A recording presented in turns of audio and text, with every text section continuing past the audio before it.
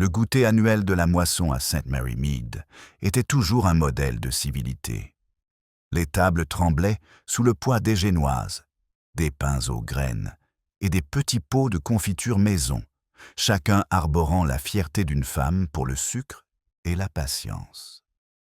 Sous les portraits au cadre doré de bienfaiteurs oubliés, l'air embaumait un léger parfum de lavande et de retenue morale.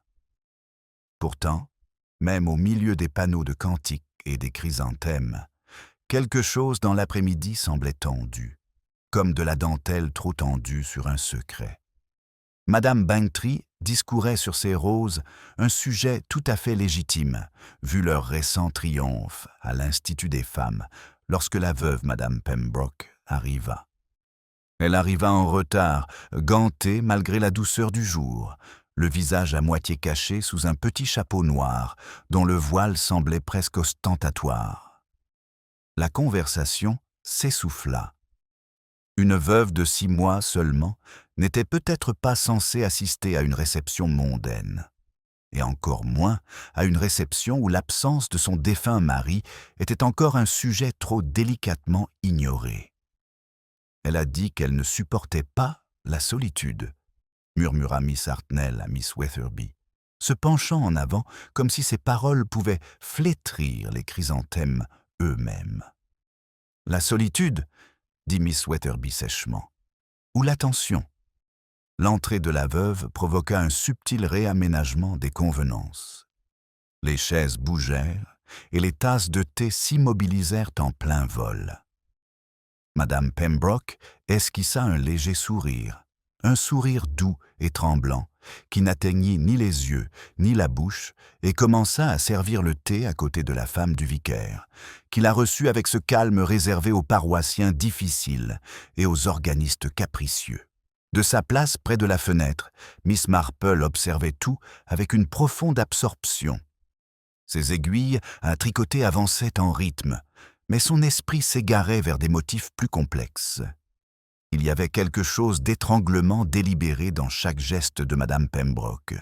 Sa façon de remuer son thé exactement 3 fois, la façon dont ses doigts s'attardent un instant de trop sur le bord de la cuillère. Le chagrin, songea Miss Marple, s'exprimait rarement avec autant de précision. L'objet symbolique de l'après-midi, bien que personne ne le voyait encore comme tel, était une petite broche en ivoire, épinglée au corsage de Madame Pembroke, un lys blanc sculpté avec un savoir-faire exquis. Un objet de deuil, certes, mais étrangement rayonnant, pour une signification si sombre. À chaque mouvement, la broche captait la lumière, clignotant comme un signal. Magnifique sculpture, dit Madame Bantry après le thé, tentant d'engager la conversation. C'était le cadeau de votre mari? Madame Pembroke leva les yeux, surprise. Oh non, dit-elle doucement. On l'a trouvé parmi ses affaires. Je ne l'avais jamais vu auparavant. Un silence s'ensuivit, discret mais gêné. Ces petites ondulations étaient le nerf de la guerre dans les conversations du village. En moins d'1 heure, plusieurs versions de cette remarque se répandirent à St. Mary Mead comme une contagion, chacune perdant un peu de vérité et gagnant un peu de saveur. Au crépuscule, on dirait que la broche lui avait été léguée par une autre femme. Plus tard, tandis que les tables étaient débarrassées et que les rires reprennent leur cours fragile, la veuve se glissa discrètement par la porte latérale. Miss Marple observa la silhouette vêtue de noir traverser la pelouse du presbytère, son voile flottant dans une brise légèrement parfumée de pluie. Un rouge-gorge chanta brièvement depuis la haie, son petit cri clair perçant le silence. Quelques instants plus tard, la voix d'une femme ténue, pressante, s'éleva près des ifs. Puis le silence revint, trop soudain pour paraître naturel. « Avez-vous entendu cela ?» demanda Madame Bantry en regardant autour d'elle. Mais Miss Marple s'était déjà levée. Son expression était calme, bien que ses yeux, sous leur douce lumière bleue, scrutaient les ombres au-delà des fenêtres du hall. Lorsque le cri retentit de nouveau, plus faible désormais, il est rejoint par le bruit d'un objet qui tombait, une tasse de thé, peut-être, ou quelque chose de plus lourd, et par un murmure sourd qui aurait pu être celui du chien du vicaire. En quelques minutes, les gens étaient rassemblés dehors, à la lumière des lanternes, leurs chaussures s'enfonçant dans l'herbe humide. Madame Pembroke était allongée près de la haie d'if, une main gantée, agrippée au sol, comme pour s'y ancrer. Le lys ivoire s'était détaché et reposait contre sa joue, pâle sur le voile sombre de son voile. « Elle s'est évanouie », chuchota quelqu'un. « Allez chercher de l'eau. » Mais l'eau ne servirait à rien. Nul besoin de médecin. Seul le silence suffisait. Miss Marple resta immobile, la pluie commençant à tomber par petites gouttes hésitantes. Autour d'elle, des voix murmuraient à la musique inquiète d'un village qui réalise avoir vu la mort fermer les yeux une fois de plus. Quelque part, derrière eux, la femme du pasteur pleurait doucement, ses larmes se perdant dans le bruissement des feuilles. Miss Marple baissa les yeux vers la broche tombée, dont les pétales blancs brillaient faiblement à la lueur de la lanterne. « Un lys », murmura-t-elle presque pour elle-même. Un symbole d'innocence ou de dissimulation. Et dans cette petite observation, prononcée si doucement que personne ne l'entendit à cause du vent, le premier fil de compréhension commença à se tisser à travers la trame de la tromperie silencieuse de Sainte-Marie Mead. La pluie s'attardait comme un souffle contre les haies, tandis que la lumière des lanternes faiblissait, et les villageois, silencieux et murmurants, furent doucement reconduits dans la salle paroissiale. L'odeur de l'herbe mouillée se mêlait à celle du thé renversé et des lys toutes deux, tout aussi funèbres désormais. Miss Marple évoluait lentement parmi eux, sans offrir aucune théorie, aucun réconfort, seulement une présence silencieuse qui absorbait les tremblements de peur qui s'accumulent sous la surface polie. Le médecin avait été appelé, mais il ne pouvait pas faire grand-chose. Le docteur Haydock se pencha sur la forme immobile avec un détachement vif, puis se redressa, l'air grave mais sans surprise. « Mort depuis quelques minutes », dit-il doucement. « Le cœur, peut-être, mais la position de la main bizarre. Vous ne trouvez pas ?» Il désigna discrètement la façon dont les doigts de Madame Pembroke agrippaient le sol, comme si elle essayait d'attraper quelque chose. Le vicaire, pâle et incertain, murmura une prière. Madame Bantry, qui avait vu plus d'un cadavre, s'essuya les yeux et murmura à Miss Marple. « Quelle horreur, Jane, une telle chose à un thé paroissial. »« Oui, » dit doucement Miss Marple, le regard fixé sur la broche tombée. « La mort n'arrange jamais les bonnes manières. » La remarque passa inaperçue au milieu de l'agitation.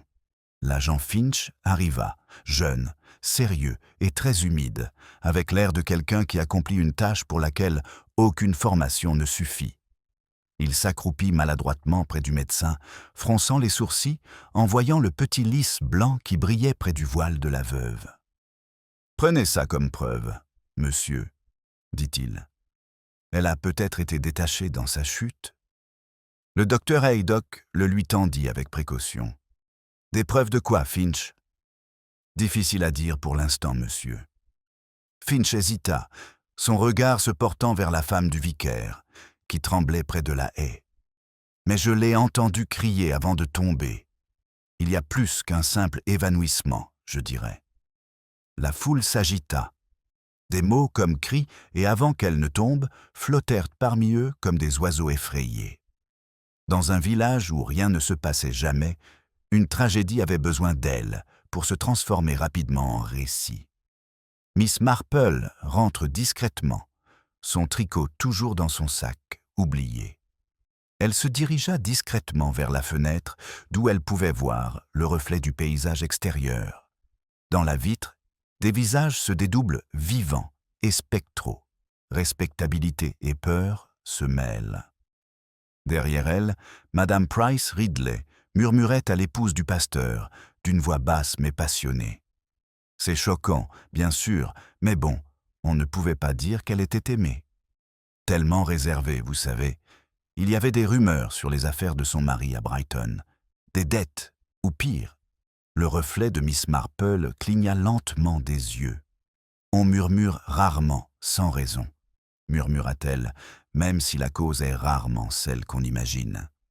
Le docteur Haydock entra un instant plus tard, époussetant la pluie de son manteau. « Je vais devoir attendre l'inspecteur, mais je vais vous dire une chose. Jane, les marques sur son cou ont quelque chose d'étrange.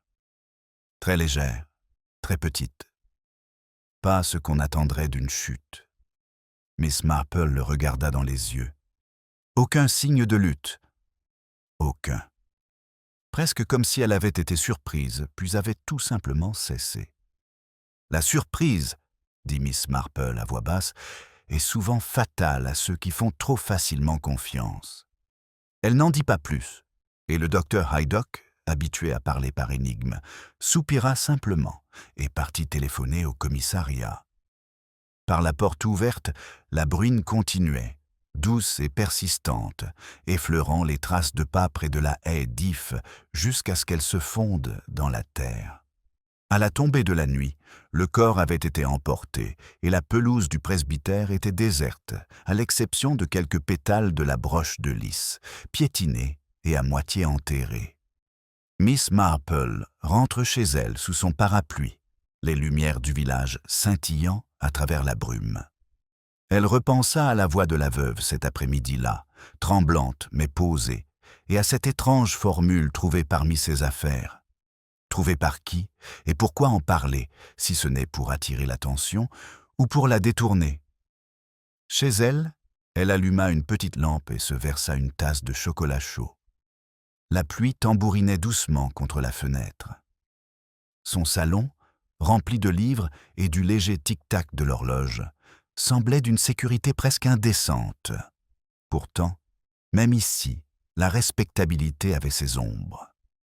Le cœur humain, pensa Miss Marple, ressemblait à un village ordonné à l'extérieur, rempli intérieurement de ruelles étroites et de portes verrouillées. Elle se souvenait de l'expression de la femme du vicaire, une détresse sincère, certes, mais aussi autre chose. Une hésitation avant de s'approcher du corps, comme retenue par le souvenir. Et puis la remarque de Madame Bantry, formulée plus tôt, à moitié en plaisantant, était-ce le cadeau de votre mari? C'est à ce moment-là, songea Miss Marple, que l'atmosphère avait changé. Le lendemain matin apporte un soleil clair et inquiétant, et avec lui l'inévitable murmure des ragots.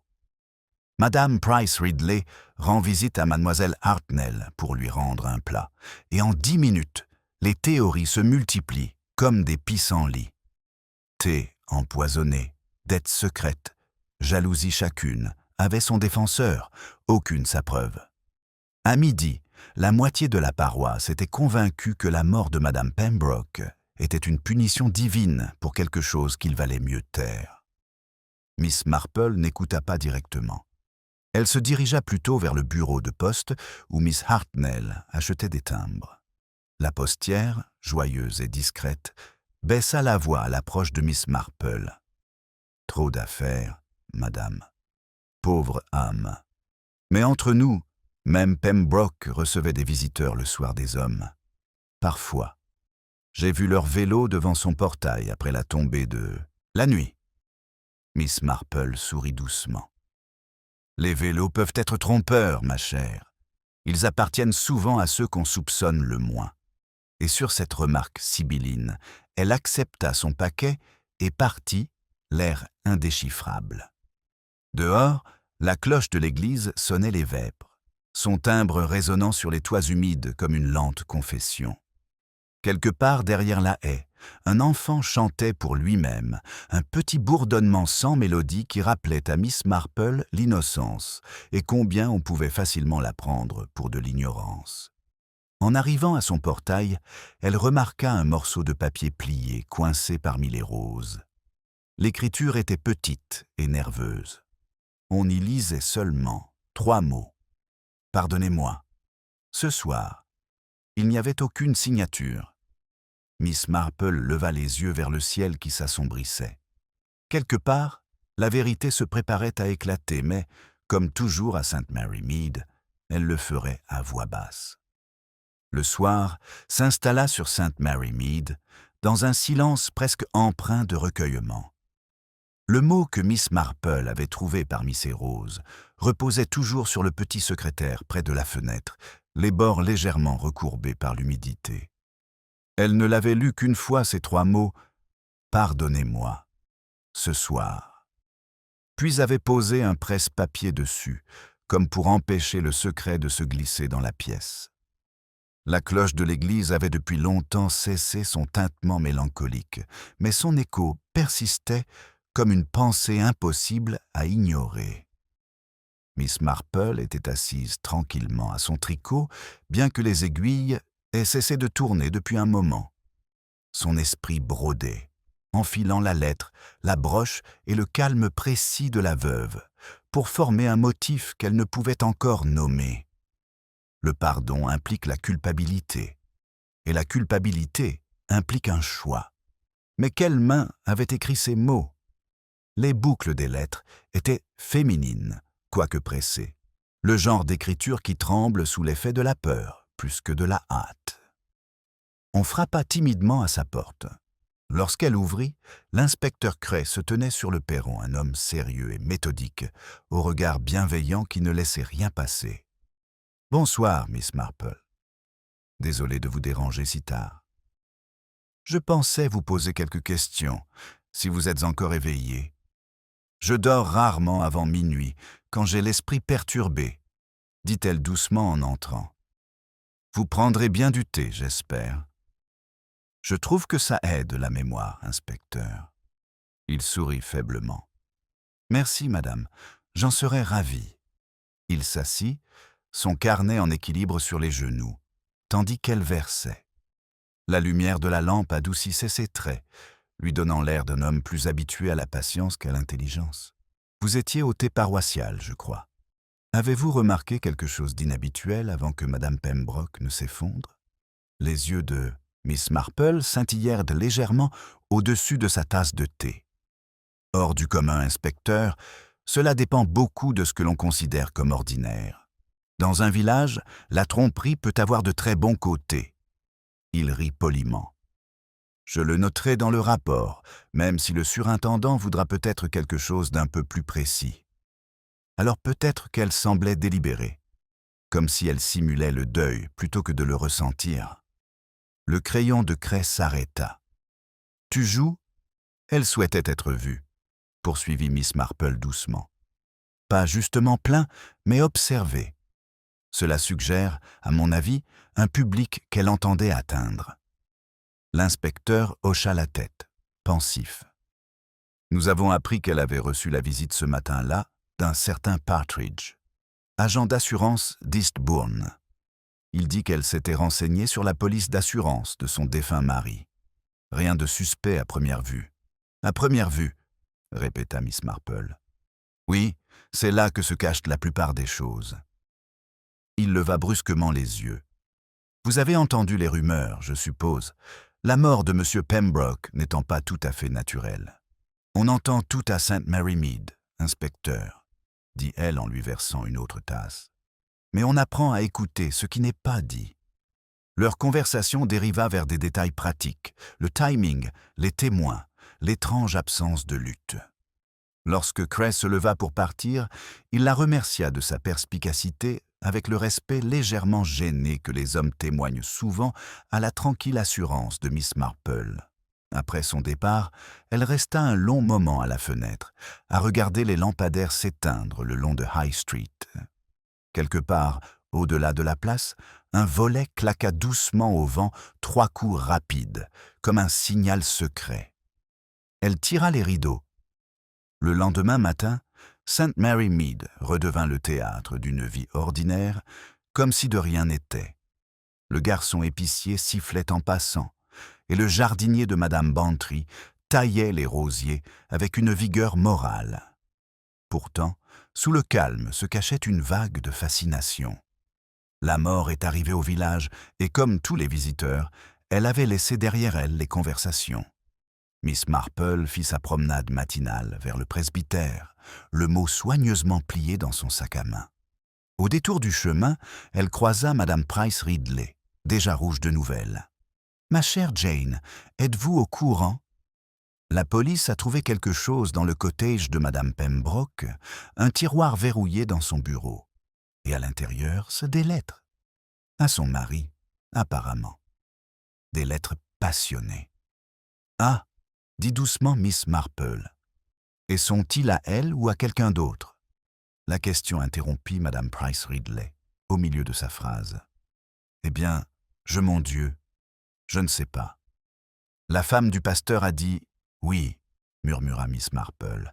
La femme du vicaire dit « Souvent, ce que les autres hésitent à penser. » Elle poursuivit son chemin, laissant la femme cligner des yeux derrière elle.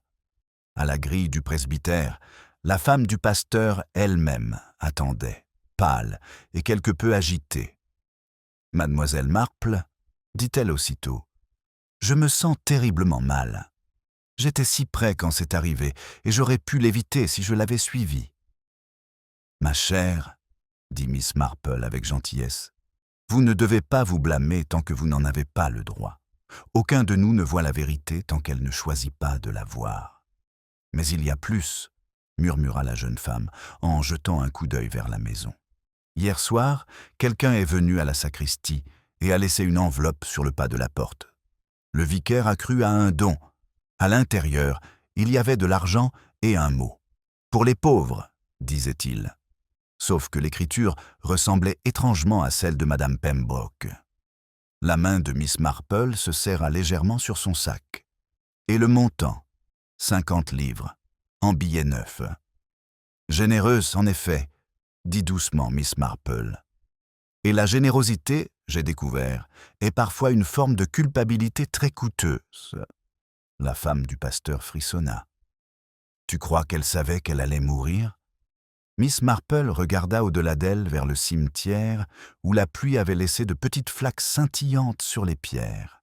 « Je pense, dit-elle après une pause, que quelqu'un a voulu que sa mort ressemble à un acte d'expiation. » Alors qu'elle retournait vers la ruelle, la lumière automnale éclairait les pavés mouillés, chacun reflétant une fine bande de ciel comme des fragments d'une vérité trop éclatante pour être affrontée dans son intégralité.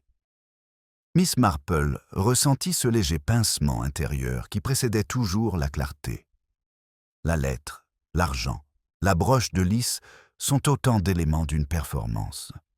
Mais de quel texte et de quelle scène s'agit-il ?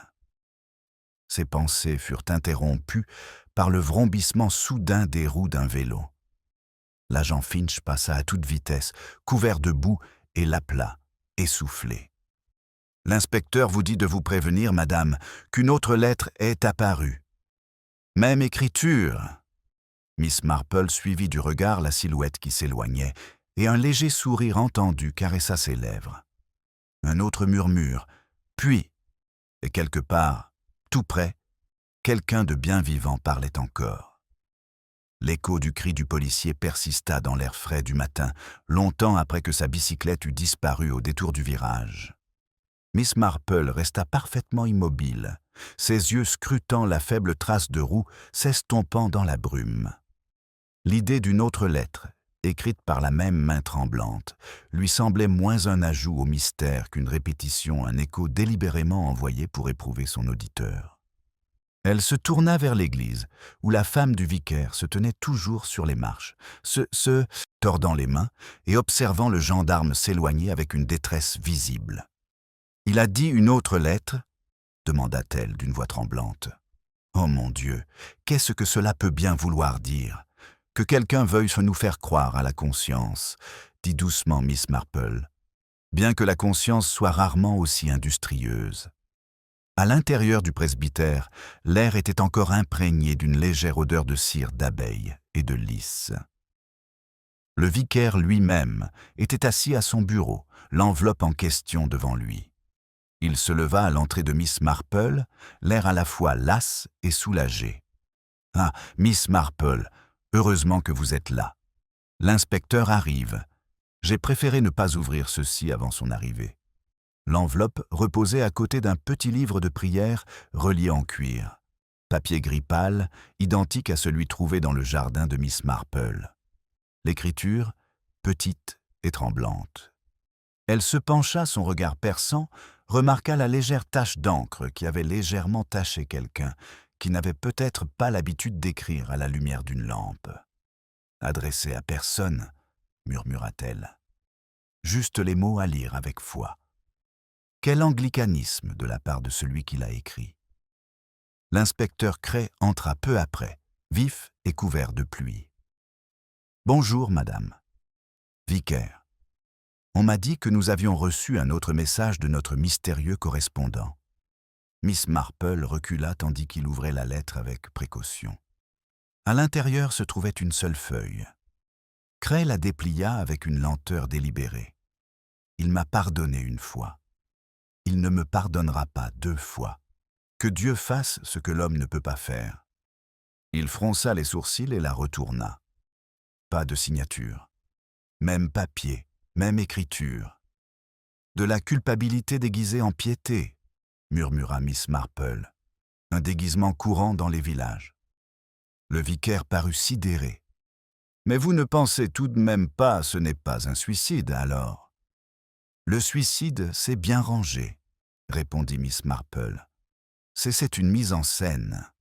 Quelqu'un souhaite que son péché soit admiré comme un repentir. » Cray hocha la tête d'un air sombre. « Le laboratoire confirme que Madame Pembroke est morte d'un poison à action rapide, la digitaline. Suffisamment pour tuer en quelques minutes. Aucun résidu dans la théière, aucune trace dans sa tasse. Nous avons également testé le gâteau. Quelqu'un l'a administré directement, probablement avant le début du thé paroissial. »« Avant ?» répéta Miss Marple, pensive.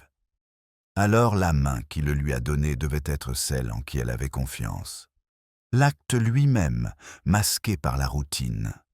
L'inspecteur empocha le mot. « J'ai des hommes qui fouillent en son cottage. S'il y a un lien entre ces lettres et la broche qu'elle portait, nous le trouverons. »« Peut-être, » dit Miss Marple d'un ton doux, « mais je pense plutôt que vous trouverez moins de choses dans son cottage que dans ses amitiés. » Elle prit congé peu après, rentrant chez elle sous le poids d'une matinée lumineuse mais fragile. Chaque jardin semblait surmené, chaque rideau à moitié tiré. St. Mary Mead, songea-elle, avait le don de déguiser la curiosité en vertu. Lorsqu'elle atteignit son portail, 2 voisins avaient déjà trouvé une raison de s'attarder dans les environs. Madame Price Ridley inspectait ses dahlias, et le colonel Melchett feignait d'étudier son baromètre. « Ah, Miss Marple !» s'écria-t-il avec une joie excessive. « C'est terrible, hein? Une femme de Pembroke n'a jamais vraiment été à sa place, à mon avis. L'argent de Brighton, n'est-ce pas? Des fondations fragiles. » Le sourire de Miss Marple était serein. « L'argent achète rarement ce que les gens croient, colonel, et encore moins la paix. » Il s'éclaircit la gorge. « Tout à fait, tout à fait. Pourtant, force est de constater que le village est perturbé. À votre place, je fermerai ma porte à clé ce soir. »« Je le ferai, colonel, » dit-elle doucement, même si la méchanceté, comme le vent, frappe rarement en premier. Dans sa chaumière, Miss Marple plaça les 2 lettres côte à côte sur son bureau. Même papier à lettres, même encre, même légère empreinte près de la marge, là où la main de l'auteur appuyait trop fort, suggérant une certaine agitation plutôt qu'une confession sereine. Elle prit sa loupe et examina la queue de chaque « i », l'angle d'inclinaison. Pas identique, mais suffisamment proche pour être imité. 2 voix imitant une seule conscience, murmura-t-elle. C'est plutôt intéressant. Sa rêverie fut interrompue par un coup frappé à la fenêtre. Le visage familier du docteur Haydock apparut, mi-amusé, mi-inquiet. « Jane, puis-je entrer? On m'a dit que vous étiez devenue complice de correspondance policière. » Elle sourit faiblement et le laissa entrer. « Vous me pardonnerez le désordre, docteur. Je trouve le crime très désordonné. » Il s'affala dans un fauteuil. « Je suis allé au cottage de Pembroke. Personne ne pourrait le garder aussi propre sans le vouloir. Toute trace du mari avait disparu, plus de photos, plus de vêtements, pas même un blaireau. Comme si elle l'avait effacé. L'effacement, dit Miss Marple, est souvent plus délibéré que le souvenir. Haydock s'agita, mal à l'aise. L'inspecteur pense que l'agent d'assurance est hors de cause, mais on parle d'une compagne, quelqu'un qu'elle visitait souvent la nuit. La femme du pasteur a mentionné une lumière aperçue dans la chambre haute de l'ancien presbytère. Miss Marple leva brusquement les yeux. Le presbytère ? C'est curieux, je croyais que cette maison était vide. Comme tout le monde, dit le docteur d'un ton sombre. Mais quelqu'un a vécu là, à en juger par la vue. Rideaux tirés, feu doux et un flacon de médicaments vide sur la table de la digitale, marqué de l'ancienne étiquette du docteur Finch d'Eastbourne. Miss Marple posa sa tasse de thé. « Alors, nous ne courons pas après le chagrin, docteur. Nous courons après la préparation. » Dehors, les premières feuilles d'automne s'agitaient contre la clôture, leur bruissement sec résonnant dans le silence. Miss Marple se leva et s'approcha de la fenêtre, contemplant l'allée où la lumière du soir adoucissait chaque silhouette, donnant à chacun une apparence faussement bienveillante. « On range ses péchés comme on range sa maison, » dit-elle doucement. « Mais la poussière, docteur, la poussière revient toujours. » Son reflet dans le verre scintillait à la lumière de la lampe, délicat et posé. Pourtant, dans ses yeux, une ombre, faible mais certaine, se lisait le début d'une reconnaissance qu'elle ne pouvait encore nommer. Le faible reflet dans la vitre se dissipa lorsque Miss Marple se détourna de la vitre. Une pensée planait hors de portée, fragile comme une toile d'araignée tremblant dans un courant d'air. L'évocation du vieux presbytère avait touché une corde sensible plus profonde, quelque chose qu'elle avait remarqué des semaines auparavant, mais qu'elle avait, sur le moment, écarté comme une excentricité villageoise. Il ne fallait pas se fier uniquement à sa mémoire, à St. Mary Mead. Le souvenir était aussi sélectif que la vertu. Elle enroula son châle autour de ses épaules et se dirigea vers la pendule. 7h30. Une heure convenable, même pour une question. Elle éteignit la lampe, rangea ses gants et sortit dans la pénombre humide. Le silence régnait dans le chemin. L'air âcre, imprégné d'une odeur d'herbe coupée et de fumée de cheminée. Seul le grincement rythmé d'une girouette troublait le silence, tournant comme si elle s'inquiétait de sa propre direction. Le vieux presbytère se dressait au bout de la ruelle, une belle ruine, adoucie par le lierre et le sentiment. Inoccupé depuis des années, suite à la fusion des paroisses par le diocèse, il n'en restait pas moins que ses fenêtres supérieures brillaient faiblement la nuit reflet de lune, avait déclaré Madame Bantry, bien que la lune brille rarement aussi intensément. Mademoiselle Marple s'arrêta devant le portail. Une fine fumée s'élevait de la cheminée, aussi pâle qu'un souffle. Pas le clair de lune, donc. Elle s'approcha de la porte, qui céda facilement sous son toucher. L'air intérieur était chaud, vicié et légèrement médicinal. Une lampe brûlait doucement sur une table, près d'un fauteuil usé, sa mèche coulant dans une coupelle de vieille cire. Une épaisse couche de poussière recouvrait les meubles, à l'exception d'un étroit sillon menant de l'âtre à un petit secrétaire près de la fenêtre. Sur le bureau, une enveloppe adressée à M. Pembroke reposait à côté d'un flacon de médicaments vide, étiqueté « Digitalis » à utiliser avec parcimonie. Miss Marple examina l'étiquette, puis l'enveloppe. L'écriture grande, bouclée, incertaine, appartenait à quelqu'un peu habitué à la tromperie. Le sceau était brisé. À l'intérieur se trouvait une lettre, datée de 3 jours avant le thé des moissons. « Ma chère, disait, le monde te croit morte, et je me retrouve seule à jouer les veuves pour nous deux. L'argent sera bientôt à nous. J'ai tenu ma promesse, même si le prix à payer s'alourdit d'heure en heure. Pardonne-moi, si le pardon est encore possible. Elle plie soigneusement le papier. Une veuve mise en scène, donc, et un mari évoluant toujours quelque part dans l'ombre de St. Mary Mead. L'idée n'était pas déplaisante, même si elle avait un goût amer d'ironie. La respectabilité, songea Miss Marple, n'était souvent que le meilleur déguisement que le désespoir pouvait offrir. Un léger bruit interrompit sa rêverie, le craquement d'une planche au-dessus d'elle.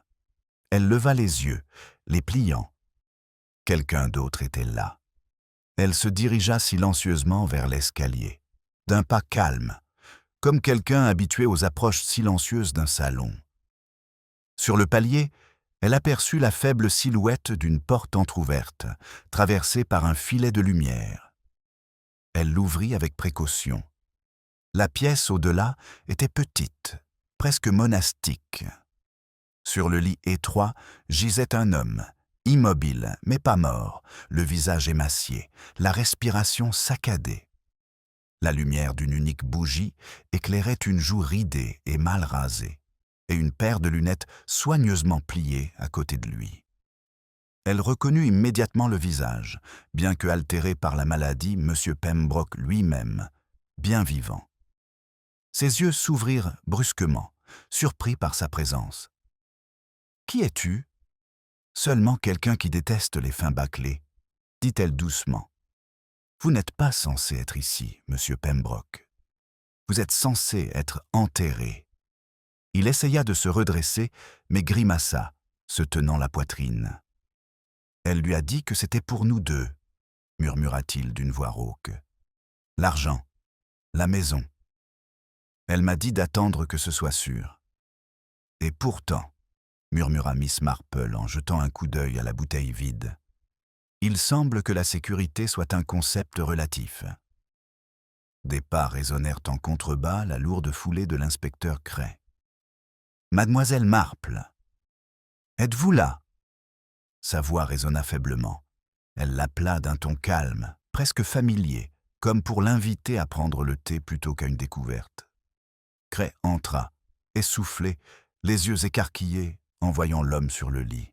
« Seigneur, c'est oui, » répondit Miss Marple. « Feu Monsieur Pembroke, malheureusement revenu à la vie. » Cray s'approcha, l'incrédulité se muant en une sombre satisfaction. Alors, elle le cachait. Et puis la mort. « C'était pour le plaisir de quelqu'un d'autre, » répondit doucement Miss Marple. « Mais à qui appartient-il ? Il nous faut encore le déterminer. » L'inspecteur examina la scène, observant la lettre, le flacon de médicaments, la faible odeur de décomposition sous l'air. « Cachez. On va chercher un médecin, » murmura-t-il, « et un agent de police pour le surveiller. Le pauvre diable a l'air à moitié mort de faim. » Tandis qu'il descendait l'escalier, Miss Marple s'attarda un instant. Le regard de M. Pembroke la suivait avec une intensité fiévreuse. « Vous croyez que je l'ai tuée » grinça-t-il. « Je vous jure que non. Elle avait peur. Elle disait que quelqu'un nous avait découverts.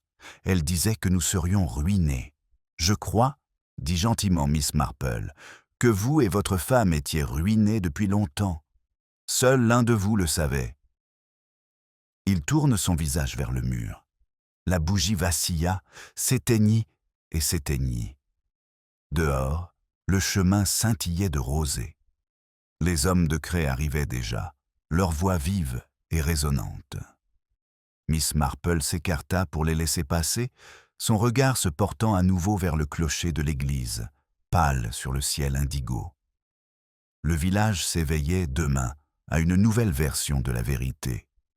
Ni pitié, ni indignation. Devant son portail, elle s'arrêta. Les premières lueurs de l'aube effleurèrent les pétales de rose encore humides de la pluie nocturne. L'un d'eux, meurtri et recroquevillé, s'accrochait au bord du chemin, blanc strié de pourpre, comme s'il cherchait à savoir ce qu'il voulait être. Miss Marple se pencha pour le ramasser, examinant sa surface marbrée. « Les apparences », murmura-t-elle, toujours si déterminée à tromper. Un léger bruit derrière elle la fit lever les yeux. De l'autre côté de la haie, Un rideau bougea à la fenêtre de Madame Price Ridley, quelqu'un de réveillé trop tôt ou trop curieux. Miss Marple sourit faiblement. À St. Mary Mead, les deux étaient souvent synonymes. Le village était déjà en effervescence lorsque Miss Marple arriva à sa porte. Le léger cliquetis des bouteilles de lait et le murmure des balais sur les trottoirs résonnaient dans la fraîcheur matinale. Derrière des rideaux de dentelle, des visages apparaissent et disparaissent tels des fantômes prudents. La nouvelle de la résurrection de M. Pembroke s'était répandue plus vite que la voiture de police qui l'avait conduit à l'hôpital. À St. Mary Mead, le scandale ne se transmettait pas par le bouche à oreille, mais par intuition, chaque habitant semblait se réveiller déjà au courant. Miss Marple, cependant, ne s'intéressait guère à la conversation. Elle déposa la rose blanche abîmée qu'elle avait cueillie sur le rebord de sa fenêtre, à côté des 2 lettres, et la contempla pensivement, tandis que le son des cloches de l'église résonnait faiblement sur les toits. Pardon, repentir, tromperie des mots que le village utilisait comme s'ils étaient interchangeables. Elle ne put s'empêcher de se demander qui, parmi ceux qui chuchotaient maintenant derrière leur tasse de thé, craignait le plus que la vérité ne soit dite à voix haute. Ces réflexions furent interrompues par un coup sec. L'inspecteur Cray entra sans un mot, l'air crispé mais satisfait. « Pembroke est vivant, mais de justesse, » dit-il. « Le médecin dit qu'il est sous digitaline depuis des semaines, suffisamment pour le maintenir faible et non mort. On dirait que sa femme le lui administre pour le cacher. »« Cacher » répéta doucement Miss Marple. « Ou protéger ?» Cray fronça les sourcils. « De quoi ? Par exposition peut-être ? Ou par une autre cause ?» Il émit un grognement sceptique. « Difficile à dire maintenant. Mais il y a quelque chose que vous devriez voir. » Le gendarme a de nouveau fouillé le cottage de Pembroke et a trouvé une autre lettre sous une planche détachée. La même écriture que la précédente. Il le lui tendit. Le papier était froissé et légèrement parfumé à la lavande. L'encre était pressée. Il a promis que l'argent viendrait si j'attendais, mais attendre, c'est mourir. J'y mettrai fin avant qu'il ne me fasse avouer. Pas de signature. Miss Marple le posa à côté des autres, alignant les bords avec une délicate précision. « Désespoir soigneusement formulé, » murmura-t-elle. Presque trop soigneusement. Quelqu'un voulait que ce désespoir soit cru. Cray poussa un soupir las. « Tu crois que quelqu'un a falsifié les lettres ? C'est possible, mais la contrefaçon ne se fait pas toujours à la plume et à l'encre, inspecteur. Parfois, elle se fait par la performance. » Il la regarda d'un air incertain. « Tu veux dire que quelqu'un a monté un complot pour son suicide, puis l'a tué ?» Miss Marple sourit faiblement. « Oh mon Dieu, je ne me permettrai pas de le savoir encore. Mais les gens aiment les histoires qui rehaussent leur sens moral. La tragique épouse pénètre comme cela paraît simple et satisfaisant. » Cray ferma son carnet. « Nous allons rechercher des empreintes digitales, même si je doute que nous en trouvons beaucoup. En attendant, il y a une question de témoin. Un garçon de ferme jure avoir vu quelqu'un quitter le vieux presbytère la nuit dernière, avant notre arrivée. Une silhouette de femme, dit-il, vêtue d'un manteau sombre. Ça aurait pu être une ombre, pour ce qu'il en sait. » Le regard de Miss Marple se porta sur la rose sur le rebord. « Un manteau sombre, » dit-elle doucement. « Chaque village en possède un, utile pour dissimuler à la fois le visage et les motivations. » L'inspecteur lui lança un regard ironique. « Si vous avez un nom en tête, Miss Marple, c'est le moment de le partager. » Elle secoua la tête. « Pas encore.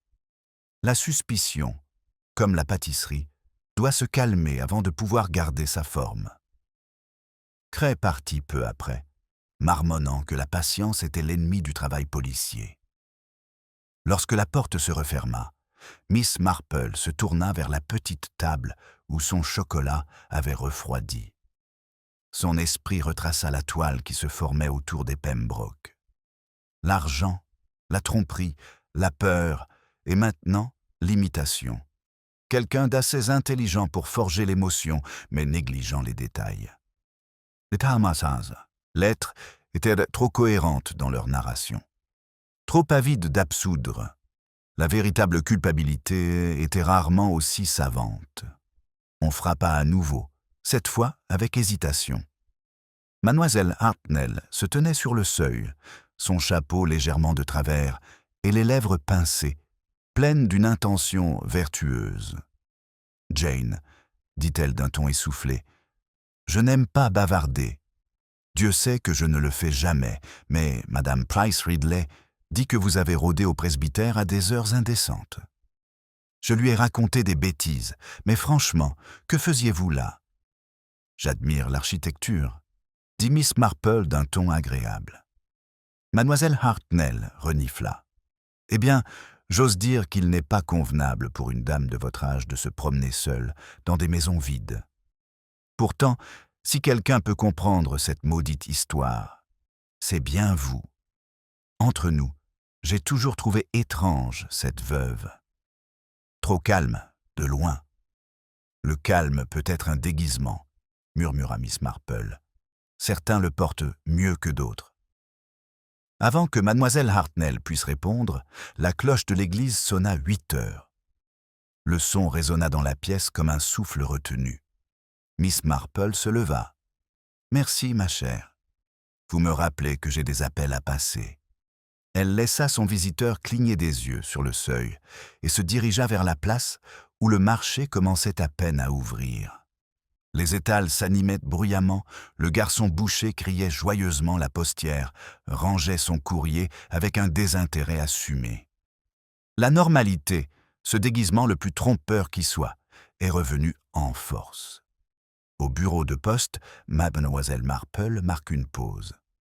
Les ragots de mademoiselle Hartnell avaient un mérite. Ils avaient semé une idée utile. « Bonjour, mademoiselle Brent, » dit-elle à la receveuse. « Auriez-vous l'amabilité de me dire si madame Pembroke a reçu beaucoup de lettres d'Eastbourne? Il y a une quinzaine de jours, peut-être. » La postière ajusta ses lunettes. « Maintenant que vous le dites, oui, 2 ou 3 petites enveloppes, écriture soignée. Elles sont arrivées en bon état. Une a disparu, cependant, et est revenue vide, si je me souviens bien. On dirait que quelqu'un l'a ouverte et mal refermée. Comme vous êtes perspicace, dit Miss Marple. Avez-vous par hasard noté l'adresse de retour? Oh non, ma chérie. Je me souviens seulement du sceau, une étrange sorte de cire bleu pâle, avec une petite croix gravée dessus. Miss Marple la remercia et sortit.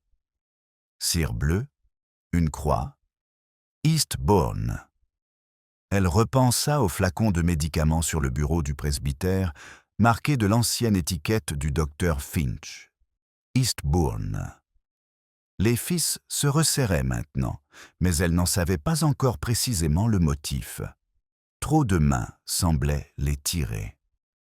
En passant devant le cimetière, elle remarqua la femme du pasteur agenouillée près du parterre, taillant les soucis jaunis.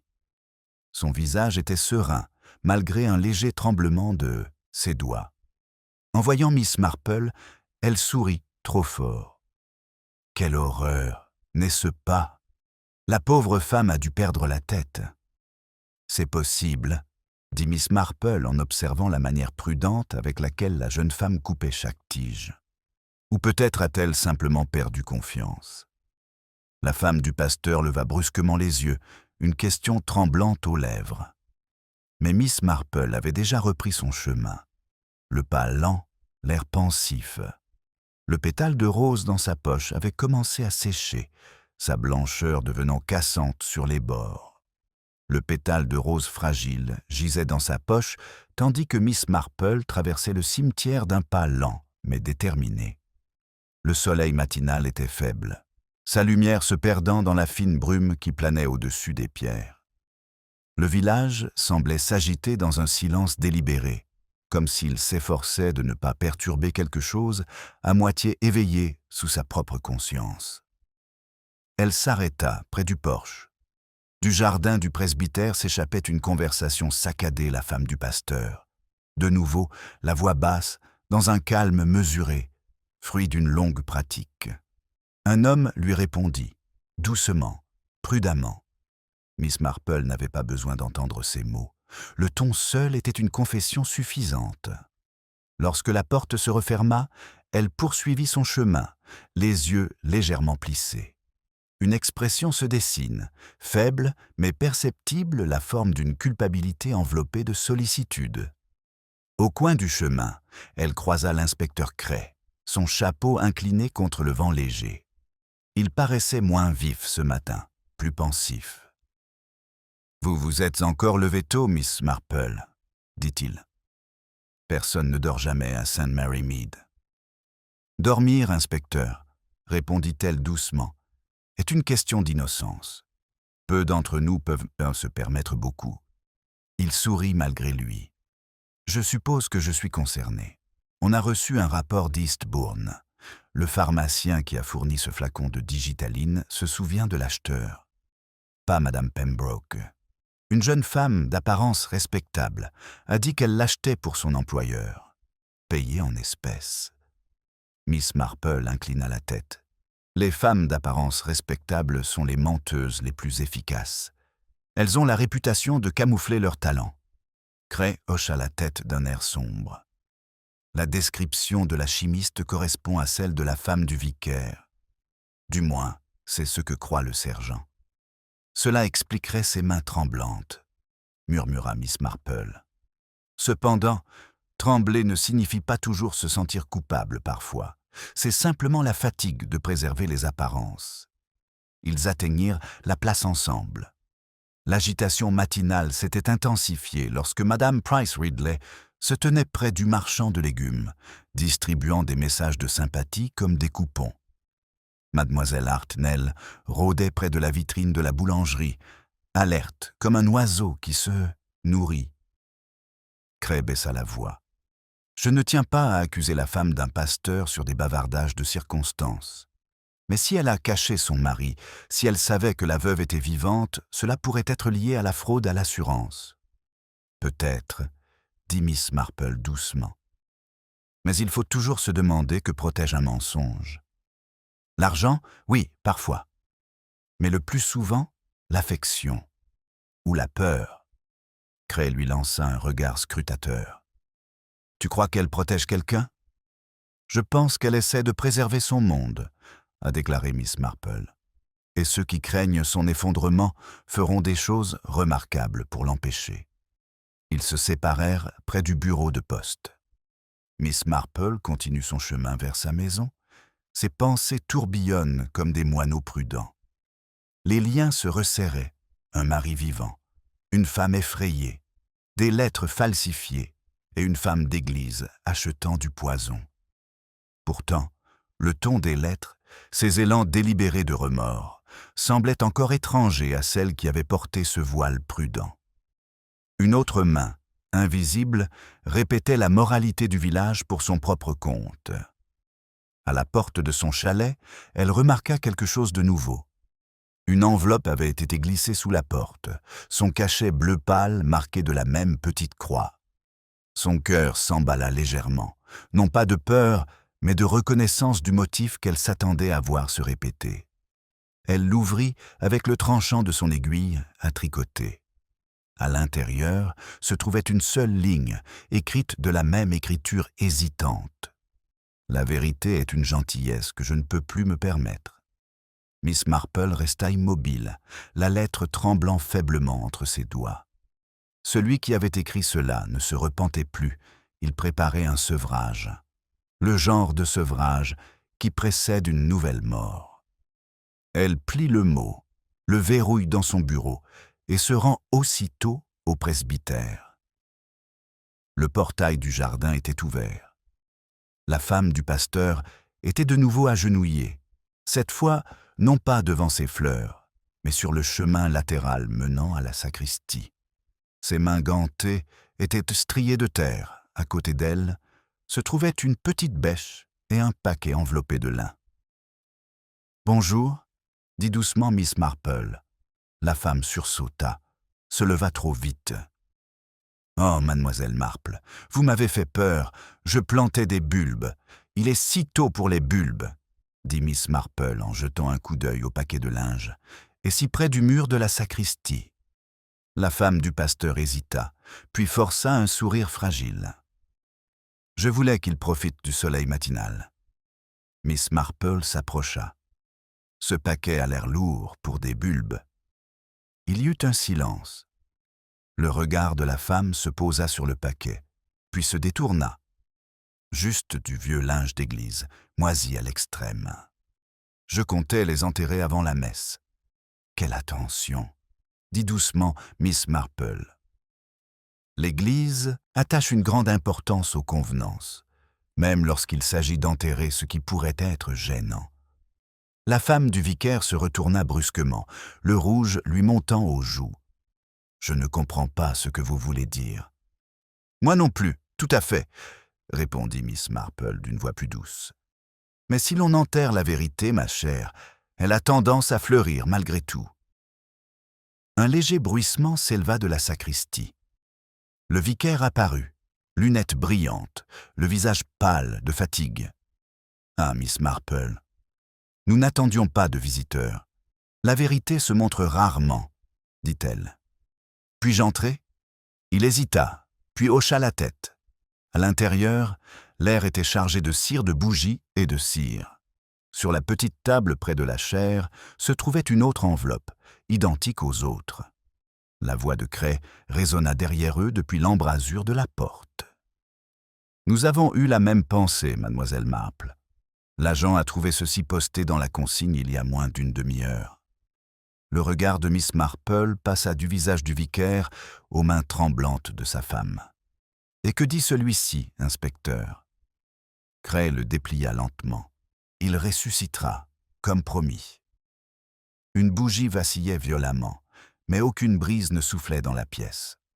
Le regard de Miss Marple, calme et clair, s'attardait sur les mots comme si elle lisait quelque chose de plus profond entre les lignes. « Alors ?» dit-elle doucement. « Quelqu'un a l'intention de le faire. » Le silence qui suivit la remarque de Miss Marple sembla peser sur les murs de pierre de la sacristie. Le vicaire s'agita, mal à l'aise, son regard passant de l'inspecteur à sa femme.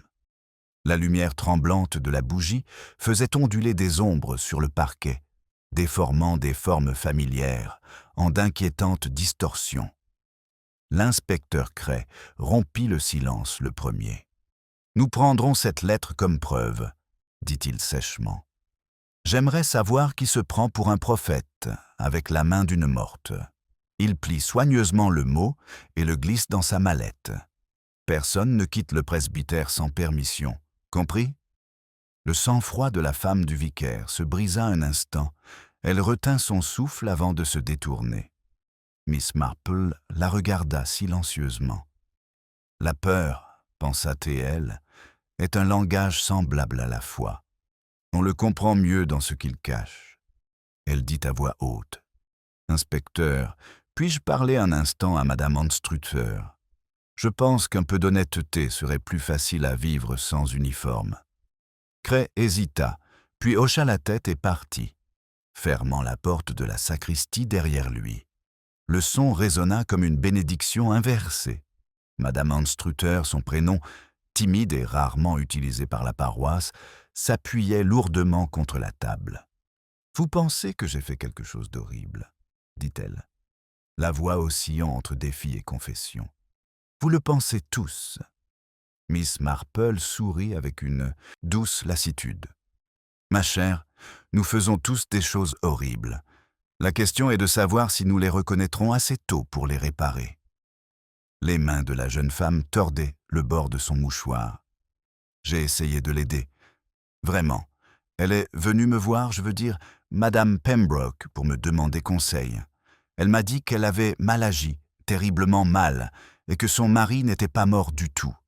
Je lui ai dit d'aller à la police, mais elle m'a répondu que c'était trop tard, que quelqu'un était déjà au courant.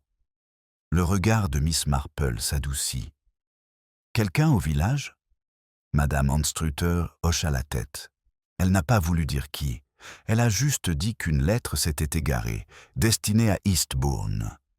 Après cela, elle a commencé à me laisser des messages, glissés par la porte de la sacristie.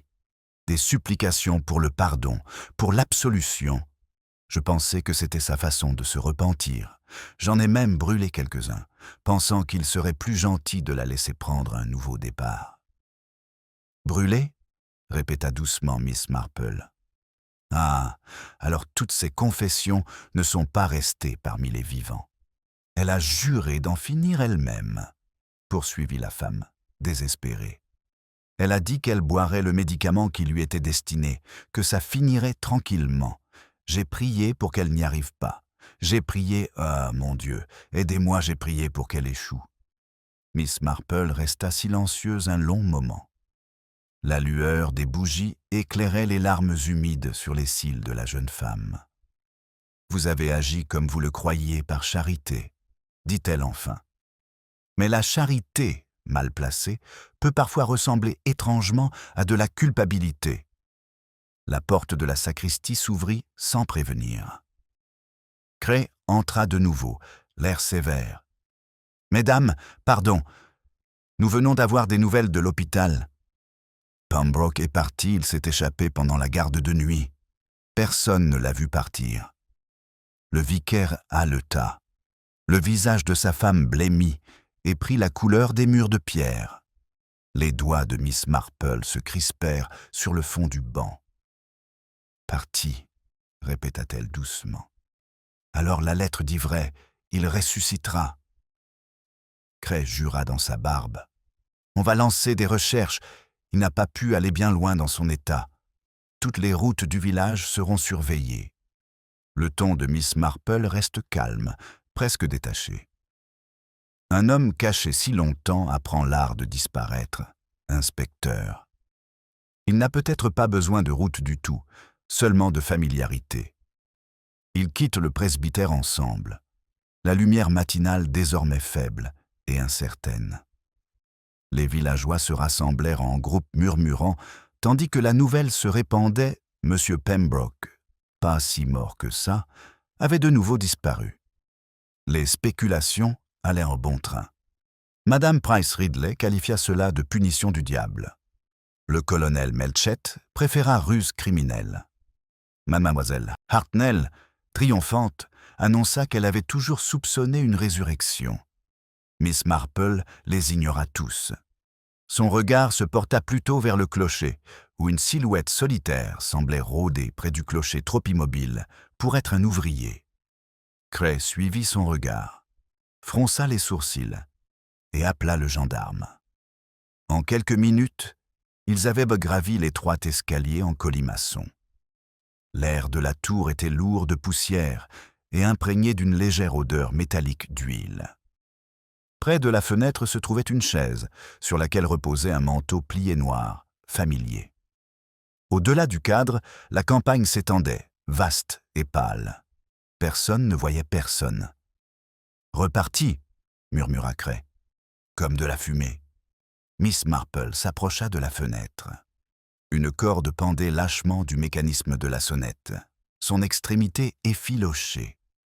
En dessous, quelque chose de blanc attira son attention, un morceau de linge accroché au loquet. Elle le souleva délicatement.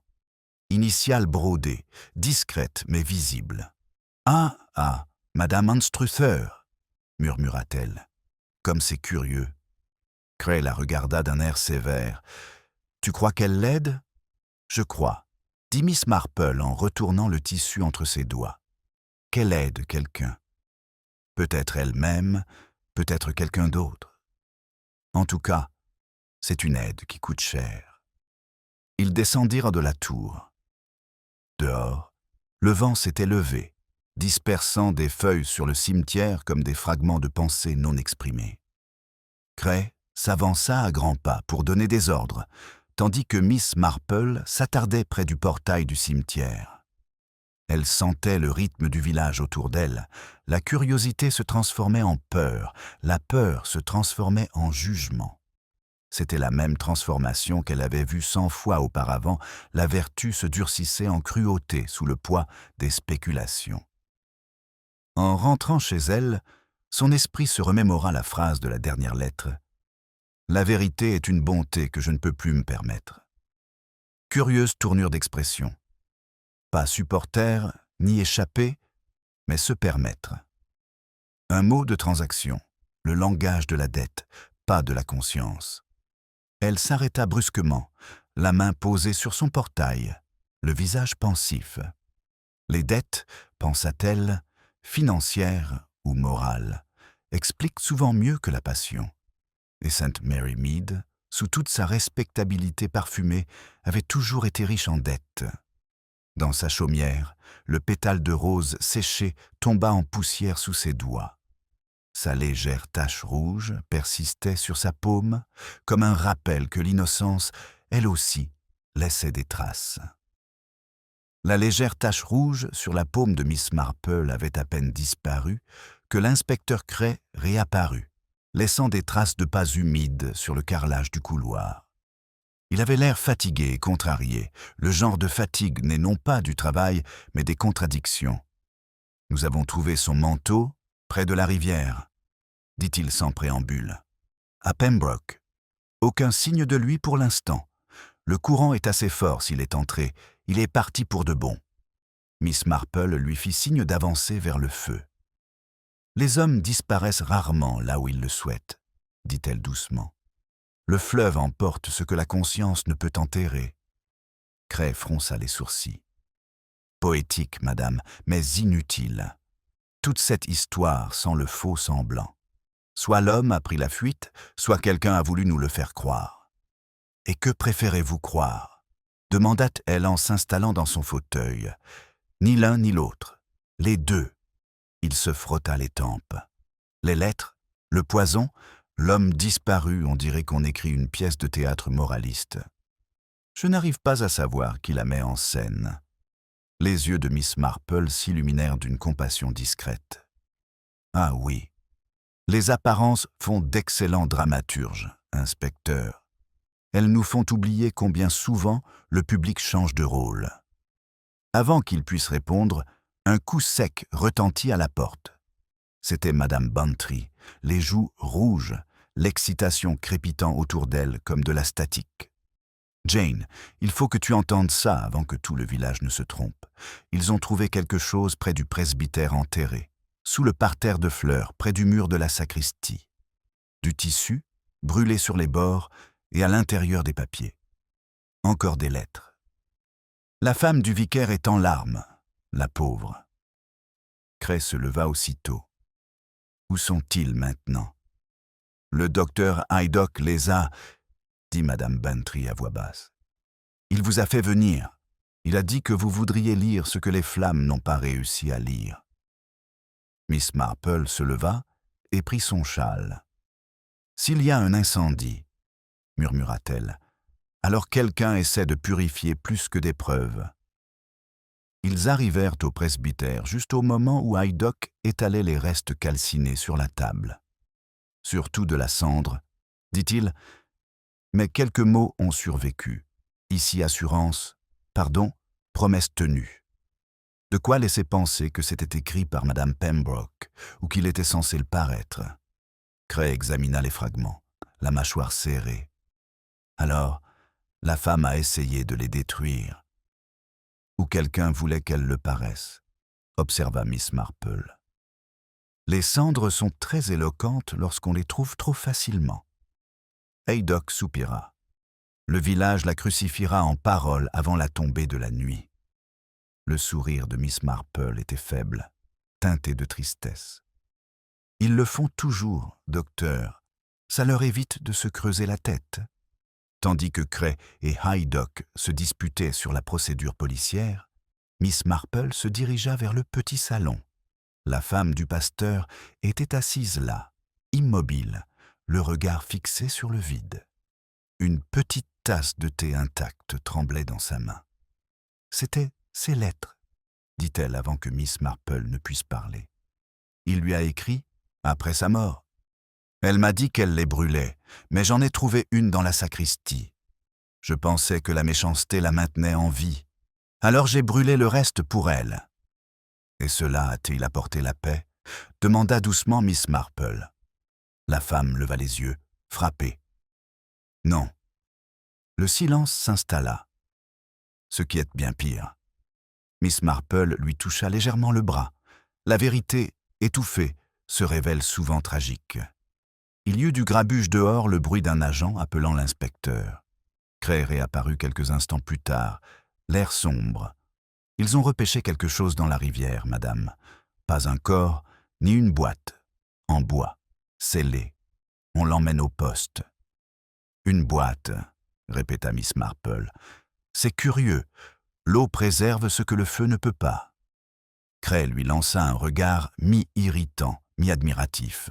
« Tu auras tes théories bien assez tôt, j'en suis sûr. » Lorsqu'ils arrivèrent à la gare, le coffret était déjà ouvert. À l'intérieur, enveloppé dans une toile cirée, se trouvaient divers documents passeports, reçus et un certificat de mariage. Cray les observa, stupéfait. « 2 noms, murmura-t-il. Arthur Pembroke et Béatrice Anstruther. Mariés à Brighton, il y a 3 ans. » Les aiguilles à tricoter de Miss Marple claquaient doucement sur ses genoux. « Alors, dit-elle, la couette de la veuve et la couette du vicaire étaient une seule et même chose. Quelle économie de leur part. » Cray leva brusquement les yeux. « Vous voulez dire qu'elle, Madame Anstruther, l'a épousée alors que la première Madame Pembroke était encore en vie? » Il semblerait que oui, mais j'ose dire qu'aucun d'eux ne s'attendait à ce que la première épouse soit si mal en vie. Il expira lentement. « Seigneur, ça explique les lettres, la culpabilité, le secret, elle a dû se rendre compte de son erreur quand il est réapparu. »« Peut-être, » dit Miss Marple. « Ou peut-être s'en est rendu compte plus tôt et a-t-elle cherché à faire passer cela pour du repentir plutôt que pour de l'instinct de survie. » L'inspecteur jura entre ses dents. Alors elle nous a tous pris pour des imbéciles. Le regard de Miss Marple était fixe. « Non, inspecteur. Elle joue pour survivre. Il y a une différence. Mais comme tout spectacle, il risque de s'arrêter au lever du rideau. » Elle se leva et rassembla ses affaires. « Vous découvrirez, je pense, que la disparition de M. Pembroke n'est pas une évasion, mais un arrangement. Quelqu'un qui écrit ses aveux de la main d'un autre laisse rarement le hasard décider de la fin. » Alors qu'elle atteignait la porte, Cray l'appela. « Tu crois qu'il est encore en vie ?» Elle marque une pause, sa silhouette encadrée par la lumière terne de la fin d'après-midi. « Oh oui, » dit-elle doucement, « mais pas comme on l'attend. » Elle sortit dans le jour déclinant, où la brume avait recommencé à s'élever des prés, ondulant comme de la fumée sur l'eau. La cloche de l'église sonnait, faiblement à travers le brouillard, 3 coups lents, hésitants et irréguliers, comme s'il marquait non pas l'heure, mais un présage. Miss Marple écoutait, la tête légèrement inclinée, l'expression indéchiffrable.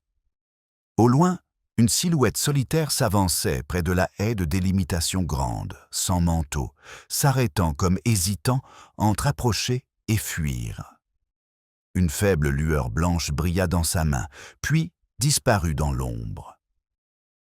La silhouette près de la haie s'attarda un instant, comme prise entre 2 mondes, le vivant et le caché, avant de se retirer dans la brume. Miss Marple observa jusqu'à ce que le mouvement se perde dans l'ombre. Puis, sans hâte ni inquiétude, elle se tourna vers l'étroit sentier qui menait entre les chaumières et la prairie, son parapluie tapotant légèrement les pierres. Le soir avait ce silence particulier avant la pluie, lorsque le son porte trop clairement et que le silence semble complice. Elle atteignit la haie où se tenait la silhouette. L'herbe était courbée, légèrement marquée par des empreintes de pas qui menaient au sentier menant à la rivière. À côté, un petit objet brillait faiblement dans la lumière mourante, un bouton de manchette ovale, gravé des initiales AP. Elle se baissa pour le ramasser et le fit tourner entre ses doigts. En or, mais usé, comme s'il avait été manipulé à plusieurs reprises. Pas un bibelot de riche, mais un objet de valeur. Un souvenir plutôt qu'une vantardise. Des pas résonnèrent un derrière elle. L'inspecteur Cray émergea du brouillard. son souffle perçant dans l'air frais. « Vous allez plus vite que les hommes, Miss Marple, » dit-il avec une pointe de regret. « Nous balayons les champs. Aucun signe pour l'instant. Je crois, dit-elle en brandissant le bouton de manchette, que M. Pembroke a laissé une petite miette de pain derrière lui. Mais qu'il en ait eu l'intention ou non, c'est une autre question. » Cray le prit en fronçant les sourcils. « Cet homme est à moitié mort, il n'a pas pu aller bien loin. S'il se cache, il va geler avant le matin. » « Ou être retrouvé avant le matin, » répondit Miss Marple. « Et pas forcément par vous. » Son ton lui fit jeter un regard noir vers elle. « Tu crois que quelqu'un d'autre le cherche ? » « Je pense, » dit-elle doucement, « qu'il y a toujours quelqu'un qui l'est. » Ils suivirent les empreintes discrètes jusqu'à ce que le sentier se rétrécît vers les saules au bord de l'eau. Une faible ondulation perturbait la surface de la rivière. Sous les branches arquées, la lumière de la torche de craie illumine quelque chose de pâle, le coin d'un morceau de papier coincé contre une racine. Il s'accroupit et le récupéra avec précaution. Un autre mot, trempé mais lisible. Elle m'a pardonné trop tard. Maintenant, je dois lui rendre des comptes moi-même. Cray expire brusquement. C'est réglé. Cet homme s'est noyé. L'expression de Miss Marple ne changea pas. Ou plutôt, elle souhaite que vous le pensiez. On écrit rarement un épilogue avant de mourir, inspecteur. Il replia le mot dans sa poche. S'il n'est pas mort maintenant, il le sera bientôt. La rivière n'est pas un endroit pour un homme à moitié inconscient. Peut-être pas, murmura-t-elle. Mais la tromperie, inspecteur, dure plus longtemps que la vérité. Un cri retentit de l'autre côté de la rive. 2 agents agitèrent leurs lanternes. Entre eux, sous les branches ruisselantes, il tenait à quelque chose debout un homme, respirant mais à peine conscient, nu et tremblant. Ses yeux s'ouvrent brusquement à l'approche de Cray. « Pembroke, haleta-t-il. Par le ciel, tu as de la chance. » La voix de la silhouette n'était qu'un murmure. « Elle a dit qu'elle viendrait me pardonner près de l'eau, Miss Marple, s'avança doucement. »« Quelle elle, Monsieur Pembroke ?»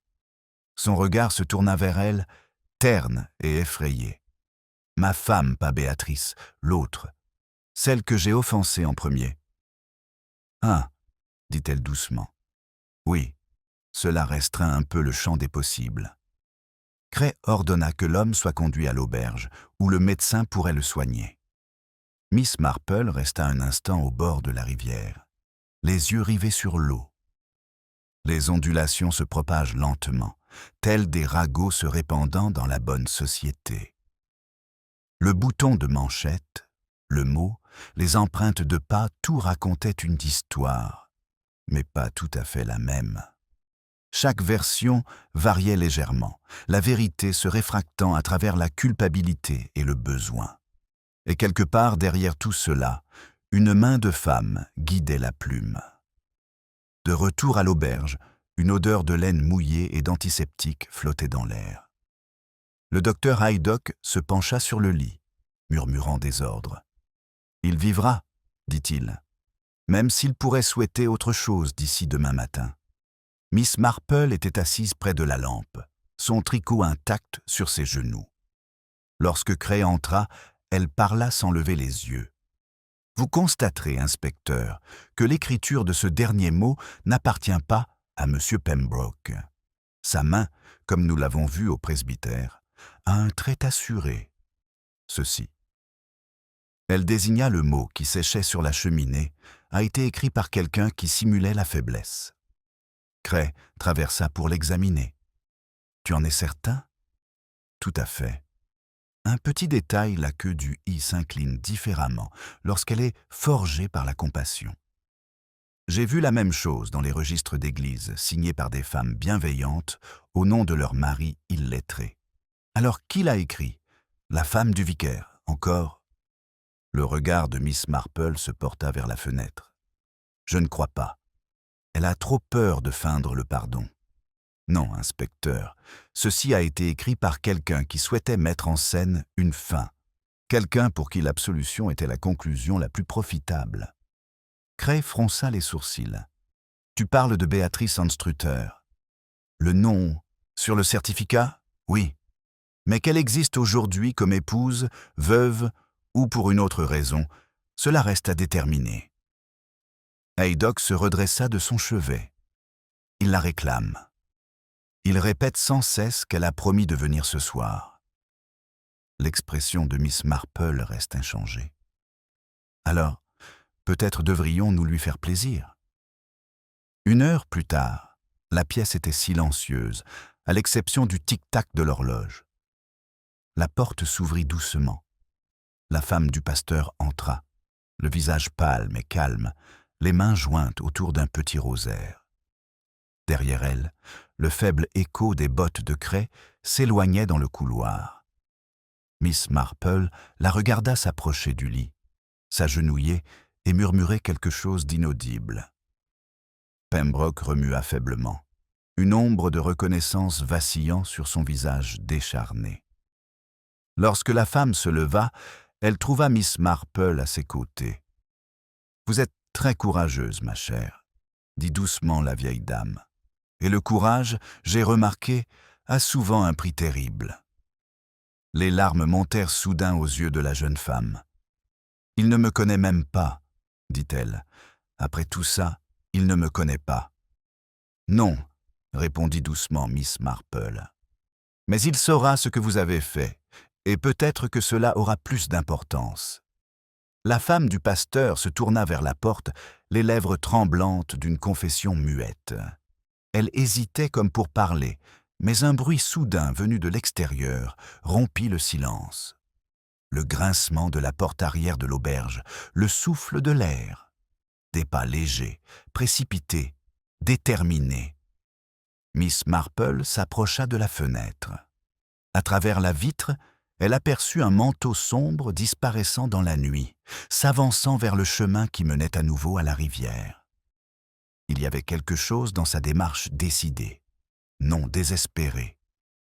Une silhouette qui ne cherchait pas à s'échapper, mais à conclure. Elle se détourna de la fenêtre, son expression indéchiffrable, et attrapa son chapeau. L'air nocturne était lourd d'humidité et imprégné de la douce senteur des roseaux de la rivière.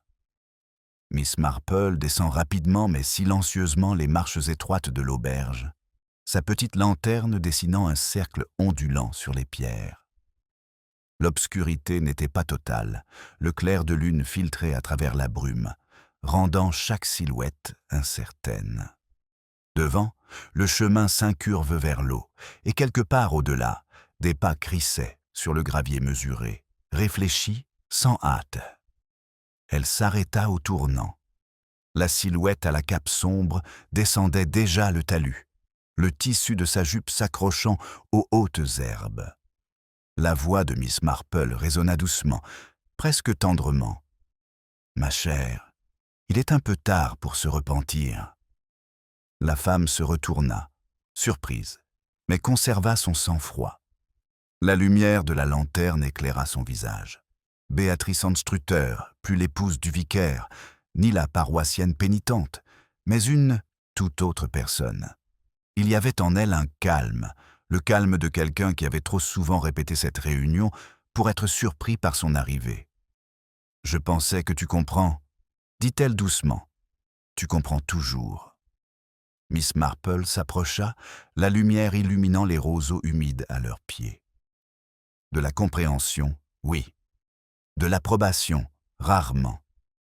Vous avez joué un rôle, n'est-ce pas? Épouse d'un homme, veuve d'un autre, et tout cela en gardant une histoire suffisamment cohérente pour les réconforter tous les deux.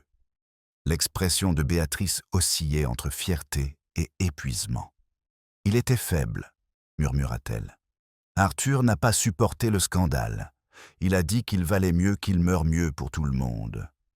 Alors je l'ai aidé, on a fait semblant. Il voulait tout recommencer, loin, mais elle ne le laissait pas en paix. Elle a envoyé des lettres, des menaces. Elle a dit qu'elle le dénoncerait. Et vous pensiez que la dénonciation était pire que le meurtre, dit Miss Marple d'un ton doux, presque compatissant. Une erreur compréhensible dans un climat moral comme le nôtre. Les yeux de la femme lancèrent des éclairs. Tu ne sais pas ce que c'est que de vivre chaque jour aux côtés d'un homme qui a honte de toi. J'ai fait ce que j'avais à faire. Je ne pouvais pas la laisser nous ruiner. Miss Marple pencha la tête. Alors, vous avez arrangé son silence. Elle est venue me voir ce jour-là, continua Béatrice d'une voix basse et tremblante. Au thé des moissons, elle m'a dit qu'elle avait trouvé la broche que je lui avais donnée et qu'elle savait. Je lui ai dit qu'elle avait tort, que cela ne signifiait rien. Mais elle a gardé ce sourire affreux. Elle a dit que le pardon serait ma punition. Les mains de Béatrice se serrèrent. Je voulais juste l'effrayer. Juste un peu de médicaments, juste assez pour la rendre malade, pour la faire taire. Mais elle est morte avant que je puisse l'arrêter. Le vent agitait les roseaux avec un bruit de voix murmurante. Miss Marple la regardait fixement. Et ensuite, les lettres, les aveux, la mise en scène de la culpabilité. Il fallait que je fasse croire qu'elle s'était suicidée, dit Béatrice. Arthur était toujours caché au presbytère. On ne pouvait pas le voir. Tout dépendait de ça. J'ai forgé sa main. J'ai écrit ce que les gens attendaient d'une femme coupable. C'était facile, ils étaient tous prêts à la croire méchante, même en la qualifiant de tragique. « Oui », répondit Miss Marple d'une voix à peine audible à cause du vent. Les villages préfèrent leurs péchés bien rangés, enveloppés de remords et scellés de respectabilité. Le visage de Béatrice se décomposa. J'ai brûlé le reste de ces lettres, mais l'inspecteur a retrouvé les cendres. Je pensais que si je parvenais à détruire les preuves, nous serions peut-être sauvés. Puis Arthur est revenu, et j'ai su que c'était fini. Il ne voulait pas rester caché, il a dit qu'il voulait avouer. Je pensais que sa voix tremblait. Je pensais que si je lui laissais une dernière chance de s'enfuir, peut-être me pardonnerait-il. La lumière de la lanterne de Miss Marple vacilla, illuminant brièvement la rivière. Le courant coulait doucement sous les saules, argenté et indifférent. Il n'a pas couru, n'est-ce pas? Il est venu ici. Les yeux de Béatrice se remplissent de larmes. Il m'a fait venir ce soir. Il a dit qu'il me retrouverait au bord de l'eau. Il a dit qu'il me pardonnerait. Elle eut un petit rire entrecoupé. Il a toujours aimé la symétrie. L'expression de Miss Marple s'adoucit. Le pardon, dit-elle doucement, est rarement symétrique. Dans l'ombre, une voix plus grave s'éleva. Il est là. L'inspecteur Cray émergea de l'obscurité, suivi de 2 agents. Entre eux se tenait Arthur Pembroke, pâle, trempé, les yeux creux. La vue de Béatrice le frappa comme un coup de poing. Il vacilla, se stabilisa, puis regarda Miss Marple. « Elle a dit la vérité », dit-il faiblement. Elle pensait que c'était de la clémence. Elle pensait. Béatrice s'avança brusquement. « Ne parle pas, Arthur. C'est fini. » Cray leva la main. « Pas vraiment. Vous viendrez tous les 2 au poste. Il y aura beaucoup de questions. » Béatrice se redressa, son calme revenant comme une armure. « Appelez ça comme vous voulez, inspecteur. Moi, j'appelle ça des conséquences. » Miss Marple avait les yeux rivés sur la rivière. Le reflet de la lanterne tremblait à sa surface, l'or se brisant en fragments. « Conséquences, dit-elle doucement. Oui, ça arrive toujours sans bruit, n'est-ce pas? Pas de bruit, pas de tonnerre.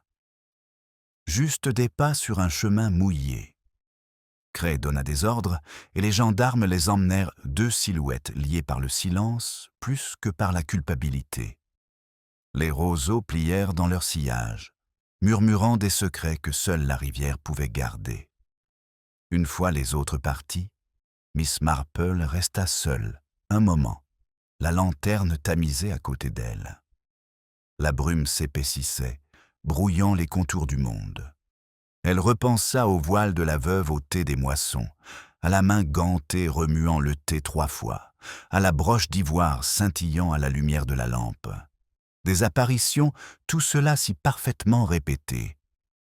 La respectabilité, après tout, était la plus belle des scènes. Alors qu'elle se retournait pour partir, la cloche de l'église sonna l'heure tardive. Son son résonna à travers la prairie lente, posée, lugubre.